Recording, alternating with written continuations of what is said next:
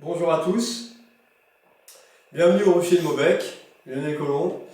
Là aujourd'hui nous allons parler de l'abeille, son environnement, sa capacité à s'adapter par rapport à un environnement qui change, pourquoi la disparition de l'abeille, pourquoi la disparition des espaces mellifères, comment faire pour enrayer ce phénomène bioclimatique et donner des pistes et revenir un petit peu dans l'histoire. Cette conférence va nous permettre aussi de revenir un petit peu dans l'historique par rapport à des événements marquants qui ont affecté d'une part l'environnement et aussi les populations d'abeilles ainsi que les populations humaines.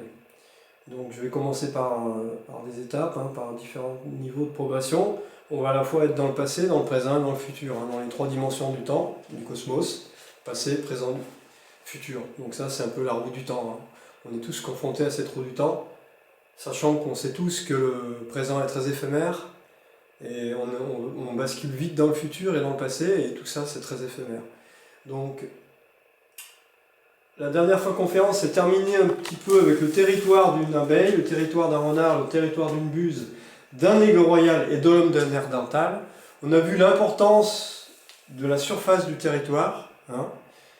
Pour un renard, c'est une surface de 50 km², c'est très important. Pour une buse, c'est 100 km. Pour un aigle royal, c'est encore plus important. Et on a vu aussi que l'homme néandertal avait un territoire gigantesque parce qu'il était capable de migrer, même de chasser en Sibérie en fait, et venir passer des hivers moins rigoureux en Europe, dans le sud de l'Europe. Donc, et l'abeille, on a vu qu'elle avait un territoire de 900 hectares, de 3 km par 3 km. Ça, ces notions de territoire et d'espaces vitaux, c'est très important dans la conférence qu'on va faire. Parce que ça va déterminer à la fois le passé de l'abeille, à la fois son présent, à la fois son futur, et les pistes qu'on peut donner pour que l'humanité sorte grandie de ce naufrage qu'on est en train de vivre actuellement. Un naufrage en tant que tel, par les feux de forêt, qu'on a constaté ces dernières années. Les feux ont été dramatiques en Australie, où il y a eu des millions d'animaux qui sont morts, et des centaines de milliers d'écarts qui ont disparu. Il n'y a pas que l'Australie qui a brûlé, l'Amazonie brûle, plein de forêts primaires brûlent. Donc comment faire, globalement, nous, en tant que conscience humaine, comment faire pour enrayer ça, parce que nous sommes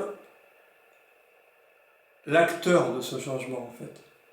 Dans le sens, là on le voit dans le sens négatif. Comment faire pour que les choses progressent dans le sens positif, et enfin que l'espèce humaine prenne conscience qu'elle doit respecter les autres espèces. D'une part, pour pouvoir survivre au changement climatique, et en même temps, comme elle est actrice du désastre, elle peut être aussi actrice du changement et de la réconciliation avec la nature et du respect de la nature. Parce qu'une espèce intelligente, à mon sens, elle ne peut être intelligente que si elle respecte les autres espèces et les autres règnes. Sans ça, c'est pas possible. Sans ça, l'espèce humaine, elle va à sa propre destruction, en fait. En détruisant les espaces vitaux des autres animaux, elle va forcément, à un moment donné, détruire sa propre espèce. On ne peut pas continuer dans ce sens-là, c'est plus possible.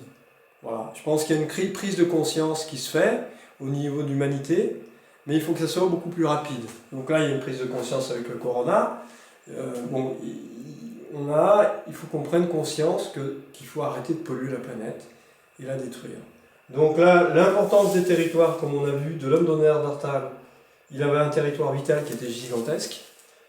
L'aigle royal, il a un territoire effectivement vital qui est gigantesque aussi, puisque c'est presque du 100 km par 100 km, voire plus. L'abeille, c'est 3 km par 3 km.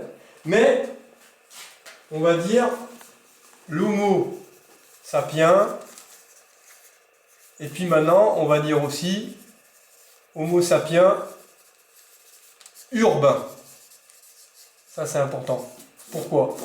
Parce que 80% des gens vivent dans des agglomérations urbaines. Et ça, c'est un problème pour le réchauffement climatique. Parce que les agglomérations urbaines, que ce soit des mégapoles, des villes ou même des villages, elles ces agglomérations concentrent d'une part des activités humaines, évidemment, hein, l'urbanisme. Quand on dit urbain, c'est urbanisme.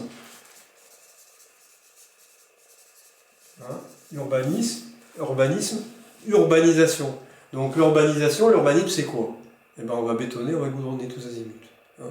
Les mégapoles grandissent, elles prennent de plus en plus d'espace sur les espaces agricoles, mais aussi sur des espaces vitaux comme des forêts, comme des deltas aussi, hein, comme le delta du Rhône ou d'autres deltas, le delta du Bangladesh qui est surpeuplé aussi. Donc l'humain empiète de plus en plus sur des espaces vitaux importants, où il y a de l'eau, où il y a des ressources, où il y a du marais, où il y a des tourbières. Et l'urbanisme détruit ces écosystèmes en fait. Non seulement il les détruit, mais en même temps il apporte des nouveaux matériaux, c'est-à-dire sur ces écosystèmes. C'est-à-dire dans une ville, même dans un village, hein, ou dans une mégapole, il y a 3 ou 4 matériaux qui sont catastrophiques pour le réchauffement climatique. Le béton, le bitume, le goudron, l'acier. Ces matériaux-là, la journée, qu'est-ce qu'ils font dans la période du jour où il y a le soleil, par exemple? L'été, par exemple, même au printemps. Hein. Ces matériaux, la journée, eh ben, ils stockent des calories du soleil.